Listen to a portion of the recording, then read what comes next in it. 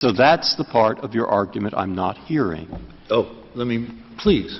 It is clear that the failure to buy health insurance doesn't affect anyone. Defaulting on your payments to your health care provider does. Congress chose, for whatever reason, not to regulate the harmful activity of defaulting on your health care provider.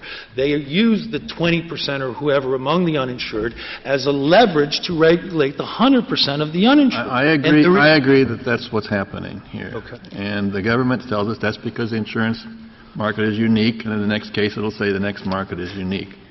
But I think it is true that if most questions in life are matters of degree, in the insurance and healthcare world, both markets, stipulate two markets, the young person who's uninsured is uniquely, proximately very close to affecting the rates of insurance and the cost of providing medical care in a way that is not true in other industries. That's my concern in the case. And I may be misunderstanding you, Justice Kennedy. I hope I'm not. Sure, it would be perfectly fine if they allowed you do actuarial risk for young people on the basis of their risk for disease, just like you judge flood insurance on the homeowner's risk of flood. One of the issues here is not only that they're compelling us to enter into the marketplace, they're prohibiting us from buying the only economically sensible product that we would want, catastrophic insurance. Everyone agrees the only potential problem of the 30-year-old is he goes from the healthy 70% of the population to the unhealthy 5%. And yet Congress prohibits anyone over 30 from buying any kind of catastrophic health insurance. And the reason they do that is because they need this massive subsidy. Justice Alito, it's not our numbers. CBO said that injecting my clients into the risk pool lowers premiums by 15 to 20%. So, Justice Kennedy, even if we were going to create exceptions for people that are outside of commerce and inside of commerce, surely we would make Congress do a closer nexus and say, look, we're really addressing this problem. We want these 30-year-olds to get catastrophic health insurance. And not only did they deprived them of that option. And I think that illustrates the dangers of giving Congress these plenary powers, because they can always leverage them. They can always come up with some public policy rationale that converts the power to regulate commerce into the power to promote commerce, which, as I was saying before, is the one that I think is plenary. Mr. Carvin, a large part of this argument has concerned the question of whether certain kinds of people are active participants in a market or not active participants in a market. And your test, which is a test that focuses on this activity-inactivity distinction, would force one to confront that problem all the time. Now, if you look over the history of the Commerce Clause, what you see is that there were sort of unhappy periods when the Court used tests like this, direct versus indirect, commerce versus manufacturing. I think most people would say that those things didn't really work. And the question is, why should this test, inactive versus active, work any better? The problem you identify is exactly the problem you would create if you bought the government's bogus limiting principles. You'd have to draw distinctions between the insurance industry and the car industry and all of that. Return you to the Commerce Clause jurisprudence that bedeviled the Court before the 1930s, where they were drawing all these kinds of distinctions among industries. Whereas our test is really very simple.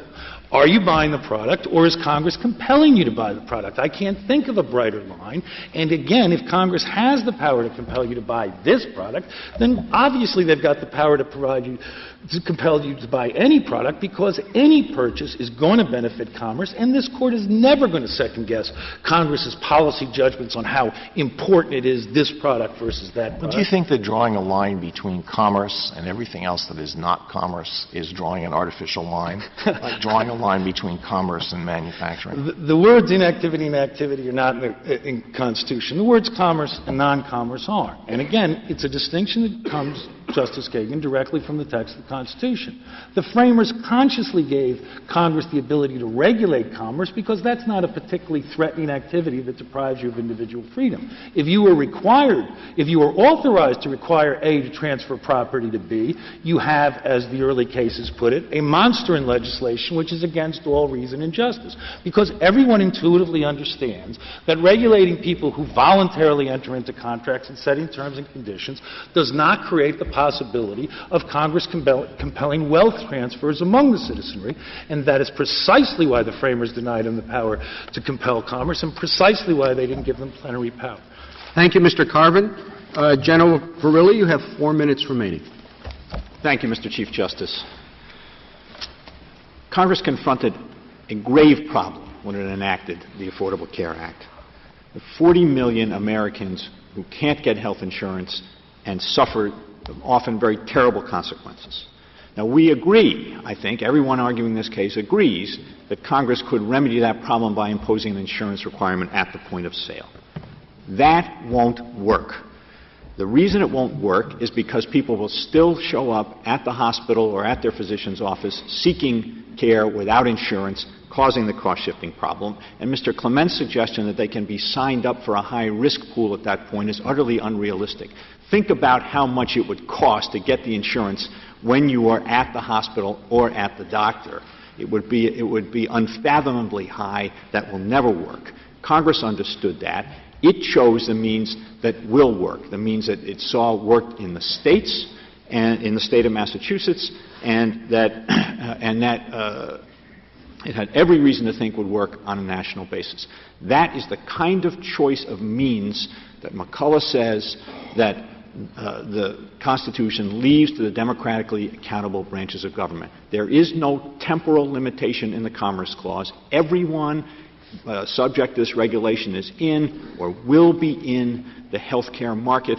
They're just being regulated in advance. That's exactly the kind of thing that ought to be left to the judgment of Congress and the democratically accountable branches of government.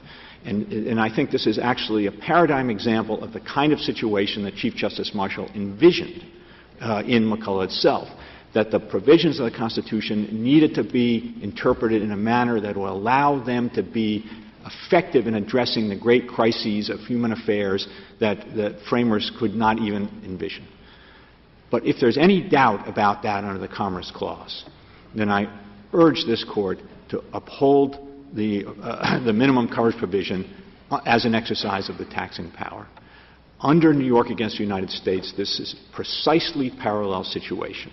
If the Court thinks there's any doubt about the ability of Congress to impose the